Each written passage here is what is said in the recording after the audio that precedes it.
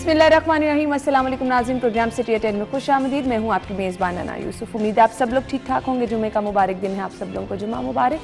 अपनी दुआओं में हमें भी ख़ास तौर पे याद रखें, मुल्क को कौम की सलामती के लिए भी दुआएं कीजिए। वैसे ही अल्लाह ताला आजकल मुझे लगता है मेहरबान है, मौसम जो खुशगवार है। जून का आगाज़ इतना ज़बरदस्त हो जाना हैरान कुन भी है। आपको इन सब चीज़ों का ख्याल रखना है जी, अपनी सेहत का भी ख्याल रखना है, दूसरों का भी ख्याल रखना है। के आगाज़ की तरफ चलेंगे। सबसे पहले आज की टॉप स्टोरीज। खबर क्या है जी? छुपन छुपाई का खेल खत्म, परवेज़ इलाही फरार होने की कोशिश। एलिवेटेड एक्सप्रेस वे समेत मेगा मंसूबों की तकमील के लिए डेडलाइन मुकर्रर, ट्रैफिक जैम नहीं होना चाहिए, वज़ीर आला। आवाम को बड़ा रिलीफ, एलपीजी निर्ख 37 रुपए कम, घरेलू सिलेंडर 438 रुपए सस्ता। और इसके बाद आपको बताएंगे कि ई पे से टोकन टैक्स पर 5% डिस्काउंट, 18 अरब जमा। खबरें आप जान चुके हैं, खबरों की डिटेल्स की तरफ हमने आना है जी। हमारे साथ हमारे सीनियर रिपोर्टर्स मौजूद हैं, इमरान यूनुस और इरफान मलिक ने आज हमें ज्वाइन किया। अस्सलाम वालेकुम, क्या हाल चाल है आपके? अच्छा जी, अब आ जाए पहली खबर की तरफ। लीड स्टोरी डेली सिटी 42 की। पीटीआई के सदर परवेज़ इलाही की ड्रामाई गिरफ्तारी, घर से फरार की कोशिश में एंटी करप्शन हुकाम ने पुलिस की मदद से धर लिया। साबिक वजीर आला ने मजम्मत भी की। ये है जी आज की लीड स्टोरी। काफ़ी देर से हम देख रहे थे ज़हूर इलाही रोड पर रास्ते भी बंद किए जा रहे थे एंटी करप्शन की, और कल फाइनली जो है वो कामयाबी हुई। इरफान, आपसे मैं जानना चाहूँगी। अना, देखिए ये वाकई बड़ी एक अचीवमेंट थी एंटी करप्शन की और लाहौर पुलिस की कि इनकी एक ऐसा शख्स जिसने जुर्म किया हो, उसके खिलाफ मुकदमा दर्ज हो, उसकी गिरफ्तारी के लिए इतनी एफर्ट्स करनी पड़े। और उस एफर्ट्स में आपको बताएं कि जब पहली दफ़ा अटैम्प्ट की गई तो उनके घर से पेट्रोल बम भी फेंके गए, पथराव किया गया मुस्लिम लीग काफ के कारकुनों की जानिब से। उसके बाद हुआ कि लाहौर पुलिस की जानिब से मुकदमा एक थाना गालिब मार्केट में भी दर्ज कर लिया गया इनके खिलाफ दहशतगर्दी की दफ़ात के तहत, क्योंकि उसमें पेट्रोल बम यूज़ हुआ था। उसके बाद इन चौधरी परवेज़ इलाही ने जो अदालत से ज़मानत ले रखी थी, ज़मानत करवाई। ज़मानत के बाद जो है जब उनकी ज़मानत मनसूख हुई तो दोबारा अटैम्प्ट की गई उनकी गिरफ्तारी के लिए। लेकिन परवेज़ इलाही जो हैं वो ना तो पुलिस के हाथ आए, ना एंटी करप्शन के हाथ आए, और वहाँ पे बहुत सर्च भी किया गया पूरा घर। और इसमें एक बड़ी मुश्किल ये थी, पुलिस काम से जब हमारी बात होती थी तो उनका कहना था कि ज़हूर इलाही रोड के ऊपर अगर इनके घर देखें, परवेज़ इलाही का घर, चौधरी शुजात का घर, उनकी हमशीरा का घर या उनके दीगर जो रिलेटिव्स उनके घर हैं, वो आपस में लिंक्ड हैं सारे के सारे घर, क्योंकि बहुत बड़े बड़े घर हैं। तो इस वजह से ये सारे घर लिंक हैं और सब घरों में जाना जो है वो पॉसिबिलिटी जो है वो नहीं थी। उसकी एक एग्जांपल आपने देखी कि पहली दफ़ा जब अटैम्प्ट हुई तो उसमें पुलिस जो है, पुलिस को बताया गया कि वो चौधरी शुजात साहब के घर पे हैं, चौधरी शुजात साहब के घर के ऊपर रेड होगी। और उसके बाद खमियाजा ये हुआ कि वज़ीर आला पंजाब, आईजी पंजाब, सीसीपी लाहौर और चीफ सेक्रेटरी ने जाके वहाँ पे एक्सक्यूज़ किया उनसे कि आपके घर में जो है वो पुलिस आई। और उसके बाद ये भी हुआ कि कुछ अफसरान लाहौर से चेंज भी कर दिए गए। लेकिन कल जो था वो एक ड्रामाई एक सिचुएशन थी, क्योंकि पुलिस को इस बारे में 100% यकीन था कि परवेज़ इलाही इसी प्रीमिसेस के अंदर मौजूद है ज़हूर इलाही की। इसीलिए वहाँ पे आप देखेंगे गुज़िश्ता 6-7 रोज़ से परमानेंट नाकाबंदी कर दी गई थी। उस इलाके से जो गाड़ी आ रही थी उसको चेक किया जा रहा था। कल भी इसी तरह हुआ, 3 से 4 गाड़ियाँ उस घर से निकलीं, उसमें बच्चे भी थे, ख़वातीन भी थीं और घर के कुछ और जो अफराद थे वो भी शामिल थे। उनकी गाड़ियाँ जब निकली तो 1 बाय 1 गाड़ियाँ चेक करनी शुरू की गई। 2 गाड़ियाँ चेक हो गई, एक गाड़ी के अंदर कोई भी नहीं था, वो जो थी खाली गाड़ी थी। जबकि चौथी गाड़ी जो बुलेट प्रूफ थी, जिसमें चौधरी परवेज़ इलाही मौजूद थे, उस गाड़ी को जब रोका गया तो उसने ड्राइवर को कहा गया कि अपनी गाड़ी के दरवाजे खोले, क्योंकि वो बुलेट प्रूफ थी, उसके शीशे तो नीचे होते नहीं। दरवाज़ा खोलने के लिए उनको कहा गया तो उन्होंने इसके ऊपर इनकार किया। तो उसके ऊपर पुलिस को डाउट हो गया कि इसमें परवेज़ इलाही डेफिनेटली अंदर मौजूद हैं। और इसी दौरान जब दरवाज़ा नहीं खोला गया तो बुलेट प्रूफ शीशा तोड़ने की कोशिश की गई, और वहाँ पे तामीराती काम चल रहा था, उसमें एक गैंती जिसे बोला जाता है वो वहाँ पे मौजूद थी। उसकी मदद से वो शीशा तोड़ने की कोशिश की गई। सॉरी, वो जब शीशा तोड़ रहे थे, अभी मुकम्मल शीशा टूटा नहीं था कि परवेज़ इलाही साहब जो पिछली सीट के ऊपर छुपे बैठे थे, क्योंकि टेंटेड ग्लासेस थे, वो नज़र नहीं आ रहे थे, वो उसमें से बाहर निकल आए। और उसके बाद उन्होंने इसरार किया कि वो अपनी गाड़ी में जाएंगे। लेकिन पुलिस ने उनको अपनी गाड़ी में नहीं बल्कि जो सरकारी गाड़ी उस वक्त मौके पे मौजूद थी उसमें बिठाया और एंटी करप्शन में ले गए। अब बात यह है कि जो एंटी करप्शन में मुकदमात दर्ज हैं वो मुकदमात कौन से टेनोर के हैं? वो उस टेनोर के हैं जब ये वज़ीर आला पंजाब थे और करोड़ों रुपए के ठेके, हम तब भी प्रोग्राम में यही बात करते थे कि जिस तरह नवाज़शात जो हैं वो की जा रही हैं ठेकेदारों के ऊपर उस ज़िले के अंदर, तो ये जब इसका हिसाब होगा तो ये काफ़ी तकलीफदेह होगा। और वही बातें हुई कि परवेज़ लाई इतने सीनियर जो सियासतदान हैं उनको किस तरह उनकी गिरफ्तारी अमल में लाई गई कि उनके घरों के ऊपर रेड हुई। और इसमें आप देखें कि सियासतदानों का अगर बैकग्राउंड आप उठा के देखें तो कभी हमने नहीं देखा कि इस कदर जो है वो कभी गिरफ्तारी से बचने के लिए इकदाम किए जा रहे हो, कभी पेट्रोल इस लेवल की करप्शन भी इतने बड़े लेवल पर कभी सामने नहीं है। इरफान मुझे बताएं, अब तो गिरफ्तारी हो गई, इसके बाद क्या एंटी करप्शन की तरफ से प्रोसीजर होता है?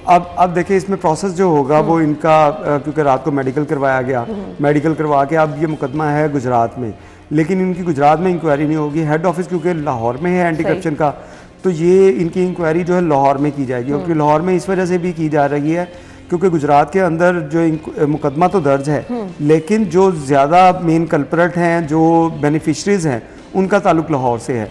तो इस केस को स्पीडी प्रोसेस करने के लिए अब ये कहा जा रहा है कि इसको लाहौर के अंदर ही इन्वेस्टिगेट किया जाएगा और यहीं पे इसका प्रोसेस चलेगा। अब ये है कि इनको आज अदालत में हो सकता है पेश कर दिया जाए, क्योंकि अगर गिरफ्तारी डाल दी जाए तो कानून के मुताबिक जो है उनको 24 घंटे के अंदर अदालत में पेश करना है। कल शाम की गिरफ्तारी हो चुकी है और आज शाम तक टाइम है।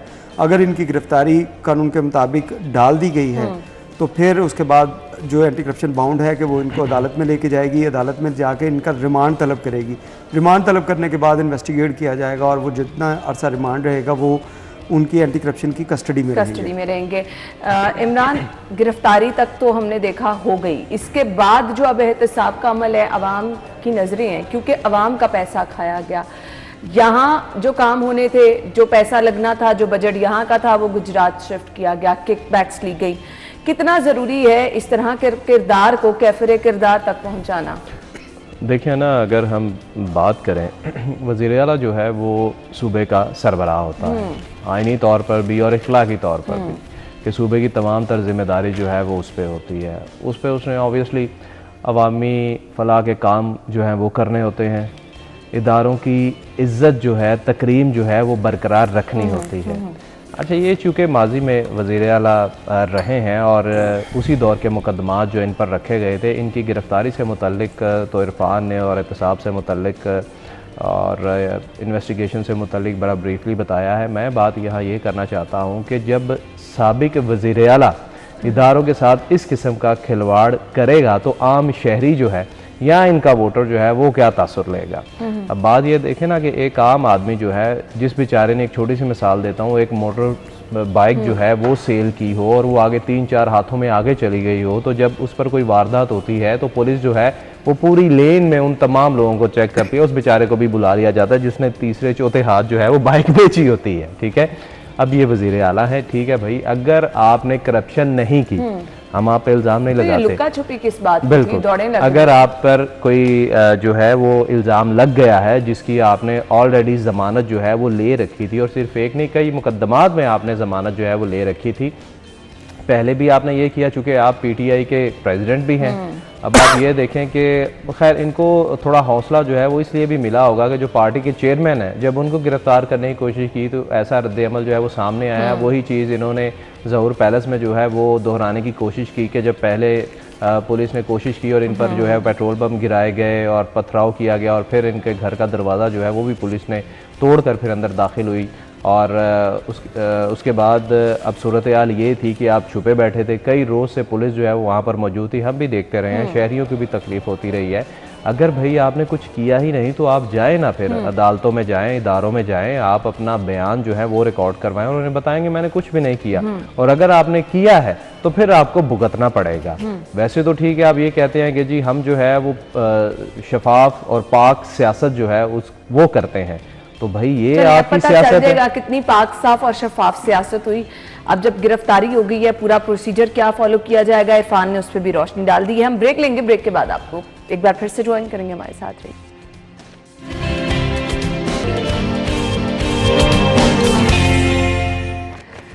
खुश आमदीद आपको एक बार फिर से शो में कहेंगे। ट्रैफिक जैम नहीं होना चाहिए, सीएम साहब की जानिब से खुसूसी हिदायत जारी की गई हैं। एलिवेटेड एक्सप्रेसवे समेत तमाम मेगा मंसूबों की तकमील के लिए डेडलाइंस मुकर्रर कर दी गई हैं। मेरे ख्याल से ये बहुत बड़ा इकदाम उठाया जा रहा है, लेकिन जो इसमें बात की गई है एलिवेटेड एक्सप्रेस वे की, सो उसकी राहें भी हमवार नजर आ रही हैं। इमरान, ये खबर पता क्या है?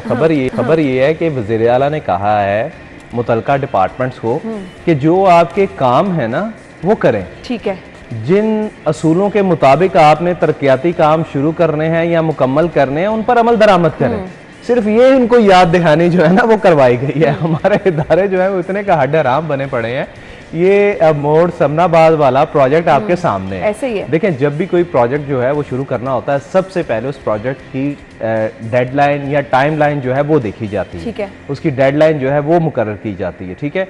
और उसके बाद ये देखा जाता है कि जब ये प्रोजेक्ट हमने शुरू करना है तो वहाँ से जो राहगीर हैं, जो ट्रैफिक है, उसको डाइवर्शन लगा कैसे उसको जो है वो चलाना है, ट्रैफिक जैम ना हो। ये उनके काम है जो उन्होंने करने होते हैं, जो कि एक अरसे से वो भूले बैठे थे। अब जो है वज़ीर आला ने उनको ये कहा है कि भाई आपका जो काम है ना उस पर आप तंदही के साथ जो है ना वो अमल दरामद करें। ये इनके काम है। लेकिन आप यकीन जाने ये जो एलिवेटेड एक्सप्रेस प्रोजेक्ट है ना, ये लाहौर के लिए एक बेहतरीन प्रोजेक्ट है। अगर आप यकीन जाने कि ये मुकम्मल हो जाए अपनी डेडलाइन पे, तो मेरे ख्याल के मुताबिक ये जो निगरान हुकूमत है इसने तो मैं आपको मैं एक बात कुछ व्यूज़ बताता हूँ निगरान हुकूमत के हवाले से कि जब भी हम आजकल इदारों में जा रहे हैं ना, वो लिटरली वो यही कहते हैं कि जी ये वज़ीर आला कहाँ से लेकर आ गए ये वज़ीर आला कहाँ से लेकर आ गए। मतलब इतना काम करवा रहे हैं और जिस तरह ये कहा गया है कि इसकी एक डेडलाइन जो है वो मुकर्रर की जाए और अब ये उस पर होगा भी। कलमा चौक अंडरपास जो प्रोजेक्ट था वो आपके सामने है। वो कैसे जो है वो मुकम्मल हुआ वो भी आपको सामने। आज जो है वो लोग यकीन जाने सुकून से वहां से गुजरते हैं और दुआएं देते हैं। ठीक है। अब आप सूरत हाल ये देख लें कि आपका जो समनाबाद प्रोजेक्ट था उस पर भी वज़ीर आला जो है वो रात को भी अचानक दौरे कर रहे हैं, सुबह को भी कर रहे हैं और अब उसकी डेडलाइन जो है वो भी दे दी गई है। एलिवेटेड एक्सप्रेस जो है ना, इसका लाहौर को बहुत ज़्यादा फ़ायदा होगा। मेरे ख्याल के मुताबिक जितना ऑरेंज ट्रेन से लोगों को रिलीफ मिला है उससे डबल जो है वो इस प्रोजेक्ट से मिलेगा। अभी लोगों को इसकी अफादियत का उस तरह नहीं पता क्योंकि इसकी अभी तशरीह नहीं की गई। उससे अंदाजा लगाया जा सकता है कि कितना बड़ा और कितना अहम मंसूबा है।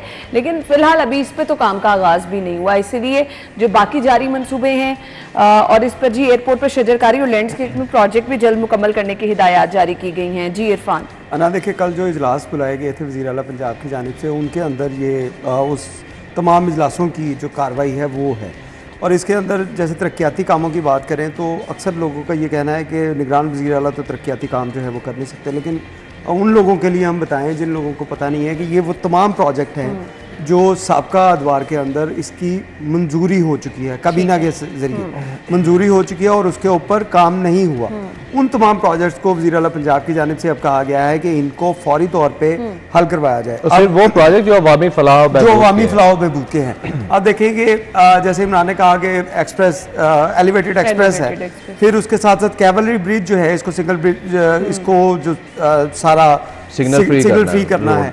फिर एक और इसके साथ जो है वो ऐसे तमाम वो प्रोजेक्ट जिनको फौरी तौर पे करना है, जिसमें अकबर चौक आपका है, अकबर चौक के ऊपर भी आप देखें इंटरचेंज अंडरपास, ये वो तमाम काम जो पेंडिंग थे, इसके ऊपर काम नहीं हो रहा था, बजट के इशू थे कुछ। फिर उसके साथ साथ जैसे आपने बात की कि एक्सप्रेस एलिवेटेड वे के ऊपर तो अभी काम ही नहीं शुरू हुआ।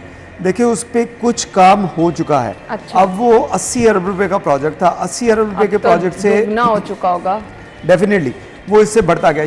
स्टार्टिंग में ये 25-26 अरब रुपए का था, उसके बाद ये जब वज़ीर आला पंजाब शहबाज शरीफ थे तब उन्होंने ये इसका प्लान किया, तब ये 25-26 अरब रुपए का था। फिर परवेज़ लाई साहब आए, उनकी जानिब से भी ये कहा गया कि नहीं इसके ऊपर हम करेंगे काम। उन्होंने भी इसके काम जब आगाज़ करना शुरू प्लान किया तो बताया गया कि 80 अरब रुपये से भी ज़्यादा अब ये चला गया है। लेकिन उसमें ये हुआ कि अभी तक लैंड एक्विजिशन जो है वो अभी तक मुकम्मल नहीं हुई। कुछ जगहों के ऊपर इसकी लैंड एक्वायर कर ली गई, लेकिन कई जगहों के ऊपर अभी लैंड एक्वायर नहीं हुई। तो उसके लिए कल जो इजलास बुलाया गया उसमें ये तमाम चीज़ें जो हैं इसके ऊपर यही गाइडलाइन दी गई है कि आपने फौरी तौर पर जो जो चीज़ें पेंडिंग थी उनको क्लियर करें ताकि अवामी फलाह के काम जो हैं वो हो सके। और मैं वज़ीर आला पंजाब की एक ये बात इसके ऊपर तारीफ़ करना है कि वो तारीफ़ के मुस्तहिक हैं कि अवाम की फलाह बहबूद के लिए जो जितने भी काम थे, आप देखें शादरा जो उसको अगर हम कहें अंडरपास और वहाँ पे जो ब्रिज बन रहे हैं उसको देख लें, समनाबाद का देख लें कितना स्पीड में काम करवाया, गुलबर्ग का काम देख लें, अकबर चौक का काम देख लें, लाहौर ब्रिज का काम बहुत अच्छे तरीके से लाहौर ब्रिज का काम जो कितनी स्पीड से चल रहा है। तो ये वो तरक्याती काम जो लाहौरियों के लिए हैं, लाहौरियों के टैक्स के पैसे इसके ऊपर लगे हैं, उसके ऊपर उनका ये फोकस है कि इसको फौरी तौर पे हम। बात ये है ना इरफान, अफसर कोई भी हो और जब नीयत हो ना काम करने की कि आपको पता हो। देखिए वज़ीर आला साहब के हवाले से बात करें ना कि वो सड़कों पर फिरते थे, वो सुबह को भी फिरते थे, दोपहर को भी, रात को भी। आप यकीन जाने इरफान भी इस चीज का गवाह है कि कई बार तो अपने रिपोर्टर्स को जब इकट्ठा करके वो रात को निकल जाते थे रोड पे और देखना, उन रिपोर्टर से पूछना कि शहर के मसाइल क्या हैं, लोगों को तकलीफ क्या है, खुद भी देखते थे, ऑब्जर्व करते थे। अब उन्हें चूंकि सारे जो कोर इशू हैं शहर के उनको पता है, अब उनका हल कैसे करना है वो भी उनको पता है और उनको ये भी पता है कि इदारों से काम कैसे लेना है। इसलिए अब अल्लाह ताला ने जो इज्जत दी है, उनको मौका दिया है, अब उसको वो देखते हुए ये तमाम प्रोजेक्ट जो है वो कर रहे हैं। बात वही है कि इंसान की नीयत होनी चाहिए कि अगर आपकी नीयत है काम करने की, अवाम की फलाह बहबूद के काम आपने करने तो आप कर सकते हैं। अदरवाइज या आपने किक बैक्स लेनी हो, चाहे वो ठेकेदारों से लेनी हो या रिश्तेदारों को नवाजना हो, तो फिर वही होता है जो कल हमने मिसाल देखी, जो कल रोड पे जो एक फिल्म चली है वो फिर सबके सामने। बिल्कुल ऐसे ही है। इनको इतनी बार बारियां मिली हैं, इतनी बार बारियां मिली और किया इन्होंने क्या है वो आपके सामने, बिल्कुल सामने है। और अब उसका खमियाजा भुगतने का वक्त भी आ गया है। वो जी सुना तो आपने, जैसा करना वैसा भरना, तो ये तो एक कुदरती अमल है, अब आपको उससे गुजरना पड़ेगा। रह गई बात शहर में जारी तरक्याती मंसूबों के हवाले से, सो ये जब तक मंसूबे चल रहे होते हैं तब तक थोड़ा सा कॉम्प्रोमाइज़ आवाम को भी करना पड़ता है, लेकिन इसके लिए खुसूसी हिदायत जारी की गई हैं, डेडलाइंस दी गई हैं कि इस टाइम के दौरान इसको ख़त्म किया जाए ताकि लोगों के लिए जो ट्रैफिक मसाइल हैं वो कम हो सके। सो इस पर काम जो है तेज़ रफ्तारी से चल रहा है। बाकी रह गई एलिवेटेड एक्सप्रेसवे की बात, तो ये मंसूबे मुकम्मल हो गए तो इस पर भी काम हो जाएगा, जो कि एक बहुत ज़बरदस्त मंसूबा है। हम ब्रेक लेंगे, ब्रेक के बाद आपको ज्वाइन करेंगे, हमारे साथ रहिए।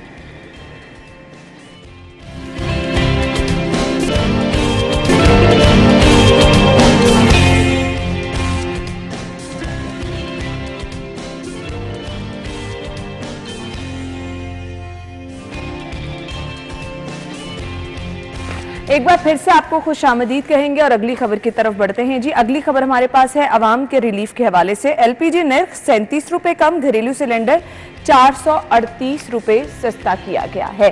सो महंगाई की वो जो एक लहर थी, मैं यहाँ डॉलर की कीमत के हवाले से जो खबर है वो भी शामिल कर लेती हूँ। पेट्रोल की कीमत कम होने के बाद ये असरात देखने में आए जो कि खुशाइंद है। इसको मजीद खुशाइंद हम कह सकते हैं या नहीं इरफान?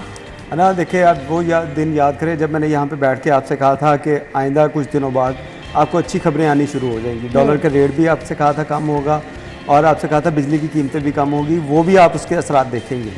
क्योंकि इंटरनेशनल मार्केट में जहाँ पे आपके पास जो है एक तो डॉलर की कीमत आपने थोड़ा सा स्टेबल अपने की, फिर इंटरनेशनल मार्केट से आपकी तरफ जो है वो पैसा आना शुरू हुआ है। चाइना आपका एक बहुत बड़ा पार्टनर है, उसकी जानिब से 100 ऐसी कंपनीज़ हैं, उनको कहा गया है कि वो पाकिस्तान के अंदर इन्वेस्टमेंट करें। तो ये एक बहुत पॉजिटिव साइन है, बहुत पॉजिटिव साइन है। ऐसा साइन जो शायद इमरान खान की हुकूमत इसको समझ नहीं पाई, उनको इसका अंदाज़ा नहीं था कि इतना एक बड़ा प्रोजेक्ट CPEC के तौर के ऊपर हमारे पास आ रहा था। बहुत सी कंपनीज आनी थी यहाँ पे, बहुत सारे लोगों को रोजगार मिलना था और उसको हमने 3.5-4 साल जो है 3.5-4 साल हमने सियासत की नज़र करके उन लोगों के हैंड ओवर कर दिया और ये किया कि हमने उसको तकरीबन बंद ही कर दिया गया था। लेकिन अब दोबारा गवर्नमेंट को इस बात का जो है एहसास हुआ कि ये बहुत गलत चीज़ हुई मुल्क की मईशत के लिए। इसके लिए अब वर्किंग जो करनी शुरू की गई, उसके बाद अब क्योंकि इन्वेस्टमेंट आना शुरू हो रही है, अभी मुकम्मल तौर पे मैं ये नहीं कह रहा कि मुकम्मल जितना उन्होंने फुल फ्लेज काम करना था, जो हालात तो उसमें हमें बेहतरी तो नजर आ रही, बेहतरी आना शुरू हुई है और ये मज़ीद होगी जब आपके पास फॉरेन इन्वेस्टमेंट आएगी। जो ट्रस्ट बहाल होगा इन्वेस्टर का जब हालात बेहतर होंगे। आप देखिए 2017 से मैं इस वजह से बात करता हूँ कि 2017 से पहले हमारे मुल्क के अंदर कोई सियासी इंतशार नहीं था।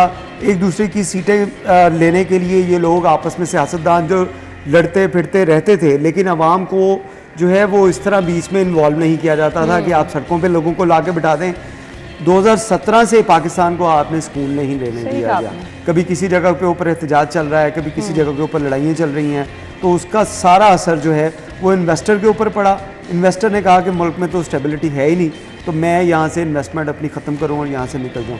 लेकिन अब क्योंकि हमारे जो आर्मी चीफ हैं उनकी जानिब से भी इसके ऊपर बहुत एफर्ट की गई, खुद जाके उन्होंने दौरे किए मालिक में, उन लोगों से बात की, उन सदूर से बात की, वज़ीर आज़म से बात की, जिसके बाद पाकिस्तान के ऊपर लोगों का ट्रस्ट बहाल होना शुरू हुआ है। और अब देखें कि इन्वेस्टमेंट आने के असरात क्या हो रहे हैं कि आपको पिछले 20-25 दिन के अंदर ही कितना बड़ा रिलीफ नजर आ रहा है कि आपको एलपीजी, अगर आपके सियासी सूरत हाल कुछ बेहतर हो जाए, ये जो सियासी इस्तेहकाम हो जाए, तो फिर मेरे ख्याल से और ज्यादा बेहतरी की तरफ हम जा सकते हैं। इमरान, देखें जी, बात जो है वो इस तरह है कि बिल्कुल ऑब्वियसली इन्वेस्टमेंट के हवाले से पहले बात करें तो हमारा पाकिस्तान जो कि मेहमान नवाज मुल्क के वजह से मशहूर था, लेकिन ये ऑब्वियसली पिछले कुछ सालों से अपनी ये हैसियत जो है वो खो चुका था, ट्रस्ट जो है वो खो चुका था। यही वजह थी कि तमाम तर इन्वेस्टर जो हैं वो यहाँ से निकल गए थे और कोई नई इन्वेस्टमेंट जो है वो नहीं आ रही थी। अगर कोई भी मुल्क जो है वो अपने पाँव पे खड़ा हो सकता है तो उसकी सबसे बड़ी वजह जो है ना वो बैरूनी इन्वेस्टमेंट होती है, ठीक है। जब वो बहाल होती है तो ऑब्वियसली आपके मुल्क में रोज़गार बढ़ता है, ठीक है, लोगों की ज़िंदगी जो है वो खुशहाल होती है, क्योंकि कोई भी गवर्नमेंट जो है वो इस काबिल नहीं होती कि वो अपनी तमाम तर जो आबादी होती है उसको रोज़गार दे सके। उसके लिए ऑब्वियसली आपको प्राइवेट सेक्टर जो है उसकी इन्वॉल्वमेंट जो है वो इसमें ज़रूरी होती है। अब ओगरा के हवाले से बात करें, ठीक है, पेट्रोलिंग मसनूआत में जो कमी हुई है, उसके बाद एलपीजी जो है उसमें भी कमी वाक़या हुई है, लेकिन बात इस तरह है कि क्या शहरियों को वाकई में रिलीफ मिलेगा? क्योंकि शहरियों ने एलपीजी खानी नहीं है, शहरियों ने सफ़र एलपीजी पे नहीं करना, ठीक है। असल बात तो ये है कि जो चीज़ें इससे इंटरलिंक्ड हैं, आप ये देखें, आपकी अशिया खुर्दोनोश उसकी कीमतें तब बढ़ती हैं जब ऑब्वियसली आपकी पेट्रोलिंग मसनूआत की कीमतें बढ़ती हैं। पेट्रोल, बिल्कुल, पेट्रोल जो है वो कम हुआ है, एलपीजी जो है वो कम हुई है। क्या अब ये कड़ा इम्तिहान जो है वो आपकी इंतजामिया का है, वटएवर वो आपकी सूबाई इंतजामिया हो या जिले इंतजामिया हो, क्या जो ट्रांसपोर्टेशन है उसकी कीमतें जो है वो वापस जाएंगी? क्या दूध, दही, दालें, चीनी, ये तमाम वो चीजें वापस होंगी? क्या बिजली के बिल जो है जिनमें फ्यूल एडजस्टमेंट चार्जेस हैं, या ऑब्वियसली ये जब कीमतें बढ़ी तो बिजली के यूनिट जो है वो भी बढ़े, जो कि हमने इस प्रोग्राम में भी डिस्कस किए, क्या वो वापस जाएंगे? अवाम को इस मद में जो है ना वो रिलीफ की जरूरत है। ये भी तो नजर आने असरात बिल्कुल। अब मैं इसलिए कह रहा हूँ कि ये आपकी सूबाई हुकूमत, वफाकी हुकूमत, सूबाई हुकूमत और उसके बाद आपकी जिले इंतजामिया, इनकी ये जिम्मेदारी, इनका इम्तिहान है। ये कराया घी की कीमतों में कमी हुई है, चले ये भी चीजें खुशाइंद है, वो नजर आना शुरू है, लेकिन अब यहाँ पे मेरे ख्याल से इंतजामिया का इम्तिहान है कि वो भी फील्ड में निकले और इस चीज को, ये सरकारी नेकनामे है ना, आपको भी बताइए, सरकारी नेकनामे जारी तो कर देते हैं, फिर उन पर अमल दरामद नहीं होता, फिर डीसी या कमिश्नर इनका, मजिस्ट्रेट का जो कि एक फौज है, 100 से ज्यादा फौज है, इनको बुलाते हैं, ये कहते हैं जी मैंने इतने चालान कर दिए, मैंने इतना फाइन इकट्ठा कर लिया। कोई ये नहीं कहता कि मेरे, ये देखें, मैंने इतने दौरे किए हैं, मेरे इन दौरों के दौरान इस आबादी को इतना फायदा पहुंचा है, या इस एरिया में इतनी कीमतें कम हुई हैं। वो क्या कहते हैं जी, मैंने जी 50 चालान कर दिए, मैंने 40 चालान कर दिए, मैंने लाख रुपया, 2 लाख रुपया, 5 लाख फाइन कर दिया। और भाई ये बताओ कि वहां की आबादी को फायदा कितना पहुंचा है, ये रिपोर्ट जो है वो पेश नहीं की जाती। बिल्कुल। सो अब यहाँ पर आकर हम ये कह सकते हैं कि अगर अवाम तक रिलीफ पहुंचाना है तो आपकी इंतजामिया को, आपके डीसी साहिबान को इसके लिए मुतहरिक होना पड़ेगा। अदरवाइज जो पेट्रोल की कीमत कम हुई, एलपीजी की कीमत कम हुई, आम आवाम की ज़िंदगी में बेहतरी तब आएगी, इसके असरात तब पहुंचेंगे जब हमारे रोज़मर्रा इस्तेमाल की चीज़ें जो हैं वो कम होंगी। अभी आप देख लें सब्जियों की कीमतें, अगर वो वहाँ की वहाँ हैं तो फिर मुझे बता दें कि पेट्रोल की कीमत कम होने पे या एलपीजी की कीमत कम होने का आवाम को कौन सा एहसान पहुँच जाएगा, आवाम को कौन से उसके समरात पहुँच जाएंगे। सो इस पर अब हमारे जो प्राइस कंट्रोल मजिस्ट्रेट हैं उनकी ड्यूटियाँ जो है वो सख्त करने की जरूरत। इरफान, इनको कोई पूछने वाला है या नहीं है? इनको ये किसको जवाब दें, मुझे ये बता दें। इनको पूछने वाले बड़े हैं, लेकिन बात यही है कि वो सब इनके साथ मिले हुए हैं जिन्होंने इनको पूछना है। अगर इनको पूछने वाले कोई होते या इनसे पूछ रहे होते तो जो प्राइस कंट्रोल कमेटियां जो बनाई गई हैं, ये आपको दो रेट नज़र आते हैं कि आप अगर बड़े स्टोर्स की बात भी कर ले तो उसमें एक स्टोर उन्होंने सरकारी निर्खनामे वाला जिसमें नाकिस एक कोना जो है वो साइड उन्होंने बनाया जिसमें नाकिस तरीन जो है वो की बात कर रहे हैं। आप ओपन मार्केट में चले जाएं, आप अपने करीबी घर के बाजार में चले जाएं, वहां पे भी 2 तरह की सब्जियां उन्होंने लगाई वही चीजें रखी हुई है कि ये आपको सरकारी नाके मिल जाएंगे। तो ये चीज़ें बेहतर करने के लिए इन मजिस्ट्रेट जो है मेरे ख्याल में इनको पहले तो एक दफ़ा नौकरी से निकाल दे, उसके बाद नए लोग भर्ती करें और उनसे ओथ ले कुरान के ऊपर हाथ रख के कि भाई अगर वो कुछ मुसलमान है तो उससे कुरान पे रख ले, दूसरा है तो उससे बाइबल पे रखवा लिया जाए कि भाई आपने जो काम करना है अपने ईमान को मद्देनज़र रखते हुए करें कि भाई नौकरी जो है, मैं कल भी एक जगह पे बात कर रहा था कि हमारे मुल्क जो है इसको अल्लाह ने ही अपनी ईमान में रखा हुआ है कि हर शख्स जो है इसको नोच रहा है और इतने सालों से फिर भी ये मुल्क जो है वो चल रहा है और तरक्की के रास्ते के ऊपर है। अब 10 साल पहले जो हालात थे पाकिस्तान के उससे अगर आप बाहर देखें तो 10 साल बाद कुछ तो बेहतर हुए हैं। चाहे हमारी स्पीड वो कछुए की स्पीड से भी कम है, चूंटी की रफ्तार से हम चल रहे हैं, लेकिन फिर भी कुछ ना कुछ बेहतरी हो रही है। इसमें एहसास जिम्मेदारी है इरफान, औत की बात नहीं है, सिर्फ एहसास जिम्मेदारी उनमें आ जाए तो वो कर शायद इसी तरह आ जाए। सवाल सिर्फ ये है, डीसी साहिबा से भी रिक्वेस्ट ये है कि अगर अवाम के लिए कुछ बेहतर हो रहा है तो उसको अवाम तक पहुंचाएं भी, क्योंकि अब यहाँ पर रिस्पॉन्सिबिलिटी आपकी टीम की है कि इन चीज़ों की कीमतें जो कम हो रही हैं उनको यकीनी बनाएं ताकि अवाम तक समरात पहुंच सके। ब्रेक के बाद हम आपको ज्वाइन करेंगे, हमारे साथ रहिए।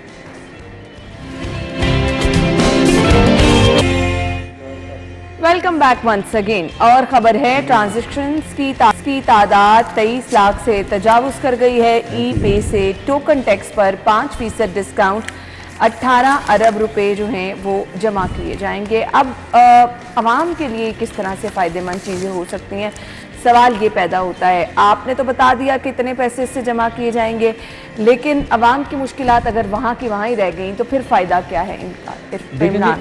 अगर हम बात करें पंजाब इंफॉर्मेशन टेक्नोलॉजी बोर्ड के हवाले से, अब यकीन जाने इन्होंने ऑनलाइन सहूलतें इतनी तो ज़्यादा दे दी हैं हमारी आवाम को कि इसका इदराक खुद आवाम को नहीं है कि उनको क्या क्या फ़ायदे जो हैं वो हुकूमत की जानिब से दिए गए हैं।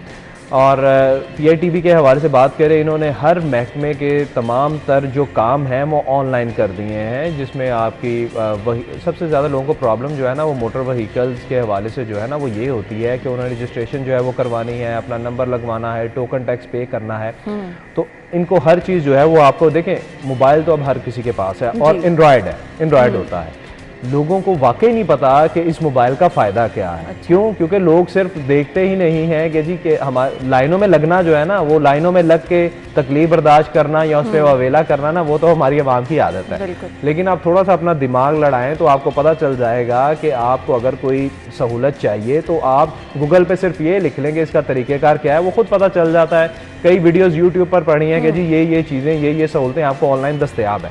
अब ये टोकन टैक्स के हवाले से बात करें तो ये मेरे ख्याल से एक ऐसा इक़दाम है कि शहरियों को जो है वो सहूलत मिल रही है कि आपको 5% जो है अगर आप ऑनलाइन पे करते हैं तो एक तो आपका वक्त बचेगा, सही, दूसरा आपको 5% जो है वो उस पर बचत जो है वो हो रही है, डिस्काउंट हो जाएगा। तो ये बेहतरीन चीज़ें जो हैं वो इस वक्त की जा रही हैं। इदारों की कारकर्दगी जो है वो इससे काफ़ी बेहतर हो रही है और ये चीज़ें सारी स्ट्रीमलाइन हो जाती हैं और ऑन रिकॉर्ड आ जाता है। अभी मेरे ख्याल से आवाम को शऊर देने के लिए करनी चाहिए ताकि आवाम को पता चले उनके फ़ायदे के लिए चीज़ें तो वो उसकी तरफ आए। सबसे बड़ी बात आपने की कि देखिए इमरान ने जैसे कहा कि बहुत सी सहूलतें जो हैं वो हमें ऑनलाइन मिल रही हैं, लेकिन वही बात कि लोगों को इस बात का इदराक नहीं है।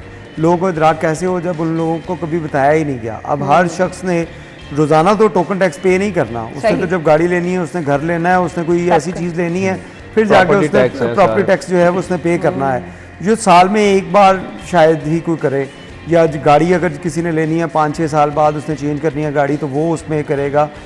लेकिन लोगों को बताने के लिए आपने कोई कंपेन नहीं की, लोगों को कोई, अब तो SMS का दौर है, डिजिटल दौर है, आप लोगों को कंपेन की जा सकती हैं।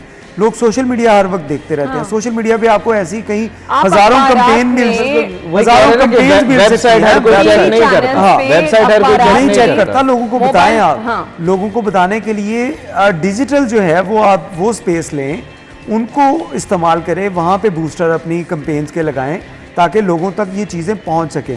अब पाकिस्तान में अगर इंटरनेट सार्फिन की अगर हम बात करें तो इनकी तादाद जो है वो कम अज़ कम जो है 15 से 20 करोड़ के दरमियान जो है वो डिवाइसेस हैं जो इंटरनेट से लिंक्ड हैं।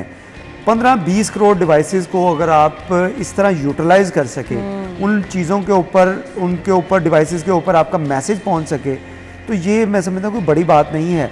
टीवी चैनल्स हैं, अखबारात हैं और बहुत से ऐसे सोशल मीडिया प्लेटफॉर्म हैं जहाँ पे आप ये कंपेन कर सकें, लोगों को बता सकते हैं। लेकिन बात वही है कि लोगों को इन चीज़ों का इदराक नहीं है। भाई बात इस तरह है कि अगर आपने फेसबुक पे कोई ऐड दे दिया ना सिर्फ प्लॉट बेचने का या प्लॉट खरीदने का, आप यकीन जाने आपको डेली के कोई 20-25 मोबाइल पे मैसेजेस आएंगे कि हमारे पास ये प्रॉपर्टी मौजूद है, ये लोग इस चीज को यूटिलाइज करते हैं, कंपनी यूटिलाइज करती हैं। कोई भी मोबाइल कंपनी है ना आपकी, जैज है, वारिद है, यूफोन है, कोई भी है, वो करते क्या है, आपसे कोई 800 रुपया लेंगे और पता नहीं आपको कितने हजार मैसेज वो आपको बता देंगे कि हमने इन मोबाइल नंबर पर भेजे हैं। तो ये बड़ी सहूलत की बात है अगर आवाम को बहुत थोड़े पैसे हैं जिसको यूटिलाइज करके। लेकिन इसके लिए आपको कैंपेन एक शुरू करनी होगी ताकि आवाम को पता चले कि जी उनके फायदे के लिए एक चीज है और उन्होंने उससे फायदा किस तरह से उठाना है। अब आ जाए अगली खबर है जी, बिजली की बिला तातुल फराहमी के लिए 2600 ट्रांसफार्मर्स लगाने का फैसला किया गया है।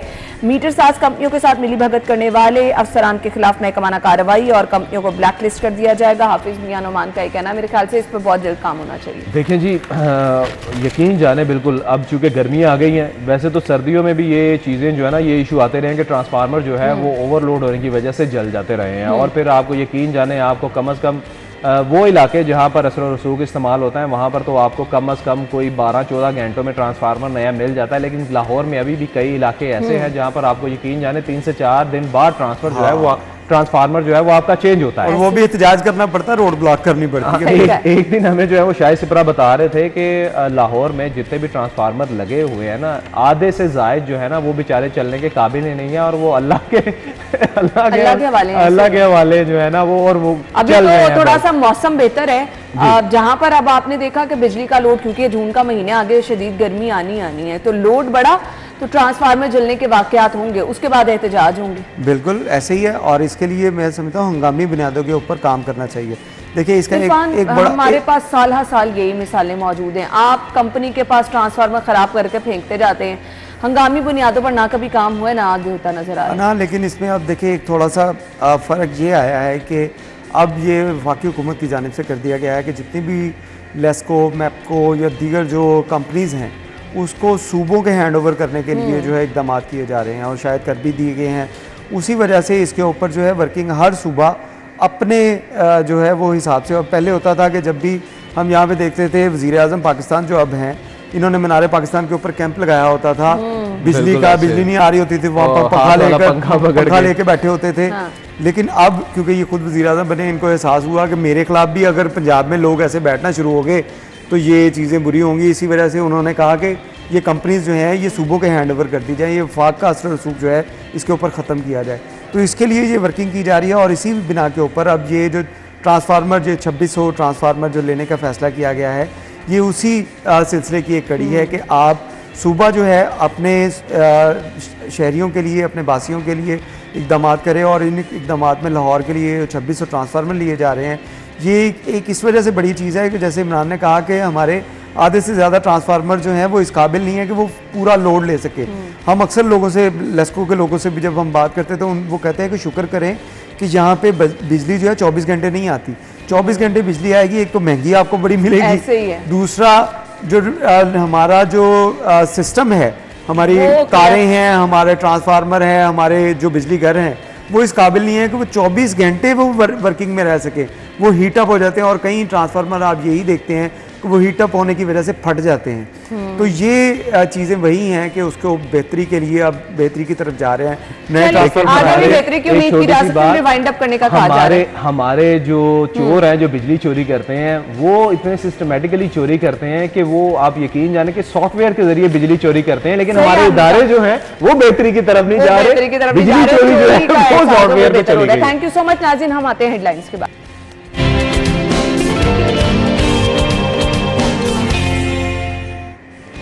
Welcome back once again. Programme के इस हिस्से में जी हम डिस्कस करने वाले हैं वो खवातीन जो कि प्रेग्नेंट हैं और प्रेगनेंसी से रिलेटेड क्या क्या इश्यूज हो सकते हैं। डे फर्स्ट से आप लोगों को केयर क्या क्या करनी है, रिस्क फैक्टर क्या क्या हो सकते हैं, एक सेहतमंद नजर आ रहा इंसान किन किन चीज़ों का शिकार हो सकता है। ड्यूरिंग प्रेगनेंसी सबसे ज़्यादा रिस्क फैक्टर किन चीज़ों का है? हाई ब्लड प्रेशर लो होना, डायबिटीज़ का होना। ये वो अवामिल हैं जो कि आपकी प्रेगनेंसी के लिए परेशान कुन हो सकते हैं। वो किस तरह से और आपने केयर क्या करनी है, इन फैक्टर्स को कम करने के लिए क्या करना है, इस पर हम बात करेंगे। डॉक्टर जूना सईद ने हमें ज्वाइन किया है, गायनाकोलॉजिस्ट हैं, अपने शो में वेलकम करेंगे। अस्सलाम वालेकुम डॉक्टर साहब, थैंक यू सो मच, बहुत बहुत शुक्रिया आपके वक्त के लिए। सबसे पहले तो मुझे बताइएगा हमने हेल्दी प्रेगनेंसी के लिए क्या कुछ करना है? देखें, अक्सर आती हैं ख़वातीन आती हैं जो प्रेग्नेंट होती हैं, जिनको कोई आइडिया नहीं होता उन्होंने अपना वेट किस रेंज के अंदर होना चाहिए बिफोर द फॉल प्रेग्नेंट। मैं सब पेशेंट्स को यही कहती हूँ कि ये सारी प्लानिंग आइडियली आपको प्रेगनेंसी से पहले करनी चाहिए ताकि आपका एक आइडियल वेट हो, आपकी ब्लड शुगर का कंट्रोल अच्छा हो, आपका ब्लड प्रेशर का कंट्रोल अच्छा हो। ये सारे बेसलाइन फैक्टर्स पहले से अगर अच्छे हों तो pregnancy is much smoother and things are easier both for the mother and the baby. तो मैं यही सबको रेकमेंड करती हूँ कि आपका आइडियल BMI ज़रूर कोशिश करें अचीव करें। हमारे मुल्क में ख़वातीन काफ़ी ज़्यादा, हमारे मुल्क में ओबेसिटी का इंसिडेंस काफ़ी हाई है क्योंकि हमारी डाइट ऐसी है, काफ़ी ऑयली खाना कंज्यूम करते हैं और काफ़ी हाई कार्बोहाइड्रेट इंटेक है। रोटी चावल हमारी स्टेपल डाइट है जिसकी वजह से लोगों का काफ़ी वज़न का प्रॉब्लम है और जब वज़न का प्रॉब्लम होता है तो उससे consequently blood pressure to develop high blood pressure in pregnancy, उसका इंसिडेंस ऊपर हो जाता है। इसी तरह जैसे आपने मेंशन किया डायबिटीज़ इन प्रेगनेंसी, उसका इंसिडेंस ऊपर हो जाता है। Even risk of forming clots, आपके लेग के अंदर क्लॉट्स बनने का इंसिडेंस ज़्यादा हो जाता है। अच्छा। तो ये सारी ऐसी चीज़ें हैं जिनके लिए अगर हमारा एक बेसलाइन आइडियल वेट हो टू स्टार्ट ऑफ विद तो उससे बहुत ख़वातीन को हेल्प हो जाती है। तो मैं नॉर्मली डॉक्टर साहबा ख़वातीन को लगता है कि आपको प्रेगनेंसी से पहले बहुत ज़्यादा खाना चाहिए। हाँ, ये बड़ी मिसकंसेप्शन। ड्यूरिंग प्रेगनेंसी बहुत ज़्यादा खाना चाहिए, बेबी के लिए आपको ये बेबी की ग्रोथ के लिए बहुत ज़रूरी होता है। सो इन चीज़ों को बता दें किस टाइप का खाना चाहिए और कितना खाना चाहिए। जो बार बार खाने वाला है फैक्टर, क्या आप ये देखें कि चाहे हेल्दी बेबी होगा, उसको कैसे देखते हैं? देखिए, मैं सबको यही एडवाइस करती हूँ कि आप लोगों ने अपना BMI 18.5 से 25 के दरमियान मेंटेन करना है। ये रेंज है जो आपने मेंटेन करनी है। उसके लिए आप हेल्दी खाएं, आप कोशिश करें स्पेशली प्रेगनेंसी के ज़्यादा नमक वाली चीज़ें ना खाई जाएं, उससे ब्लड प्रेशर का रिस्क ज़्यादा हो जाता है। मीठे का जो है इनटेक वो स्पेयरिंगली करें, बहुत ज़्यादा ना करें ताकि डायबिटीज़ का रिस्क ज़्यादा ना हो। इसी तरह पानी का इनटेक अच्छी क्वांटिटीज़ में बहुत ज़रूरी है।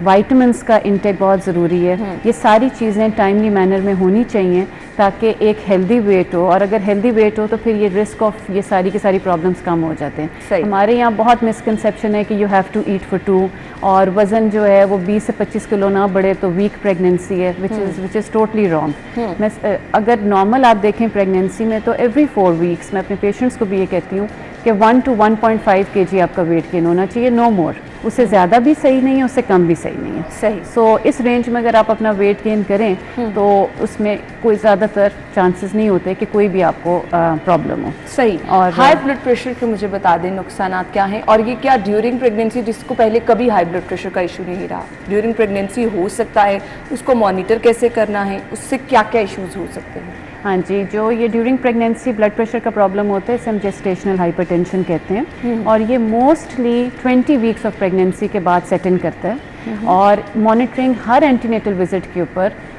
सब ख़वातीन का ब्लड प्रेशर भी चेक होना चाहिए, और अगर उनके ब्लड प्रेशर ज़्यादा आता है यानी कि उनका जो ऊपर वाला जिसे हम सिस्टोलिक ब्लड प्रेशर कहते हैं वो 140 या उससे ऊपर आना शुरू हो जाए, और निचला जिसे हम डायस्टोलिक कहते हैं 90 उससे ऊपर आना शुरू हो जाए, तो उनका यूरिन भी टेस्ट होना चाहिए। और यूरिन के अंदर अगर उनकी प्रोटीन आती है तो इसका मतलब है वो एक ऐसी कंडीशन डेवलप कर रहे हैं जिसे प्री एक्लेम्सिया कहते हैं, जिसके अंदर रिस्क होता है कि खुदा ना खास्ता अगर उनको मेडिसिन से ना प्रॉपरली कंट्रोल किया जाए तो मदर्स को फिट पड़ सकता है, और अल्लाह रहम करे it can be life threatening. So इस वजह से it's a very serious condition.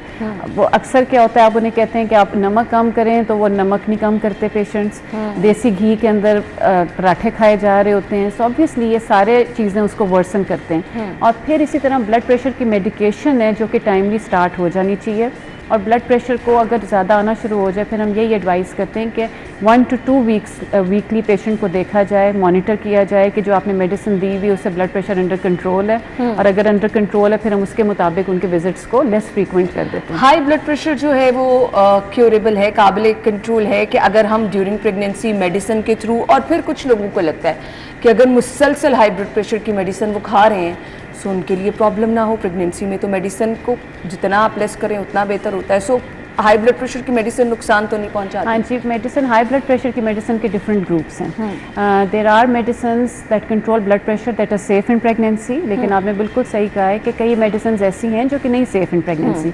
तो हम अगर वो ऐसी हों मेडिसिन पे जैसे एस इनहिबिटर्स हैं, एंजियोटेंसिन रिसेप्टर ब्लॉकर्स हैं, हम वो मेडिसिन स्टॉप कर देते हैं जब वो प्रेग्नेंट होते हैं, और हम उनको रिप्लेस कर देते हैं प्रेगनेंसी फ्रेंडली मेडिसिन से जो ब्लड प्रेशर कंट्रोल भी करती हैं और आपकी प्रेगनेंसी को भी नहीं इफेक्ट करती हैं। और उसके अंदर 3 ग्रुप्स हैं जो हम देते हैं मेडिसिन के, और उसके बाद फिर उसको रिव्यू करते हैं वो कैसा रिस्पॉन्ड कर रहे हैं। नॉर्मली पेशेंट्स एक ग्रुप के साथ कर जाते हैं, सम टाइम्स उनको 2 डिफरेंट एंटी हाइपरटेंसिव्स को मिक्स एंड मैच भी करना पड़ता है, लेकिन अगर आप इसको मॉनिटर करें इसका बेबी पे कोई इफेक्ट नहीं होता, बल्कि ना लेने का इफेक्ट होता है कि बेबी को सर्कुलेशन नहीं सही जाती और बेबी का साइज छोटा रह जाता है, बेबी के अराउंड पानी में कमी हो जाती है। ये सारे साइड इफ़ेक्ट्स होते हैं अनकंट्रोल्ड हाई ब्लड प्रेशर के। और इन एडिशन अल्लाह रहम करे, जिस तरह मैंने आपको बताया कि मदर को फिट पड़ सकता है। सही। सो मेडिसिन के साथ साथ आपकी डाइट कितनी मैटर करती है, जिसका आप बार बार जिक्र कर रही हैं? सो डाइट कैसे आपने अपनी मैनेज करनी है? जी, डाइट बहुत मैटर करती है। उसके अंदर हम पेशेंट्स को एक रफ गाइडलाइन ज़रूर देते हैं कि उनके क्या डूज एंड डोंट्स हैं, जिसके अंदर जैसे मैंने कहा कि रिस्ट्रिक्टेड सॉल्ट इनटेक करनी चाहिए उनको घी और ऑयल का स्पेरिंगली इस्तेमाल करना चाहिए, ठीक है, और बाकी हेल्दी डाइट कंज्यूम करनी चाहिए, जंक फूड अवॉइड करना चाहिए। कैफीन की जो इनटेक है should not be more than 1 cup a day, वो कॉफ़ी हो या टी हो, क्योंकि लोग अक्सर यहाँ पे चाय बहुत पसंद करते हैं तो 4-4, 5-5 मग्स पी रहे होते हैं चाय के, which is not right for pregnancy. इसी तरह उनको अपने वाइटामिन सप्लीमेंट्स रेगुलरली लेने चाहिए। होता ये कि अक्सर ख़वातीन जिनका वज़न ज़्यादा होता है उनके अंदर ये इशू ज़्यादा होता है, और उनके अंदर कॉन्सिक्वेंटली विटामिन D3 हमारी वैसे भी पॉपुलेशन में कम है, बट उनके अंदर स्पेसिफिकली इसकी एब्जॉर्प्शन और कम हो जाती है। इसलिए विटामिन D3 के लेवल्स भी मॉनिटर होने चाहिए और वो भी एडिक्वेटली रिप्लेस होने चाहिए। जो होता यह है कि अगर आपके विटामिन D3 के लेवल्स कम हो, अब बेशक कैल्शियम सप्लीमेंट्स ले रहे हैं, वो कैल्शियम भी नहीं बॉडी में एब्जॉर्ब हो रही होती, सो आपको पूरा होलिस्टिकली इसको मैनेज करना चाहिए। और इसी तरह टाइमिंग ऑफ डिलीवरी बहुत इंपॉर्टेंट है। अच्छा, अब ये इंटरनेशनल रिकमेंडेशन है कि अगर आपका ब्लड प्रेशर अंडर कंट्रोल है तो आपको 37 ऑन मेडिकेशन, तो आपको 37 कंप्लीटेड वीक्स का मिनिमम वेट करना चाहिए बिफोर डिलीवरी। लेकिन अगर आपका blood pressure out of control हो रहा है, ये प्रेगनेंसी इंड्यूस्ड हाइपरटेंशन, प्री एक्लेम्सी, ऐसी कंडीशंस हैं जो कि रिजॉल्व ही तब करती हैं जब बेबी डिलीवर हो जाता है, क्योंकि ये प्रेगनेंसी इंड्यूस्ड होती हैं।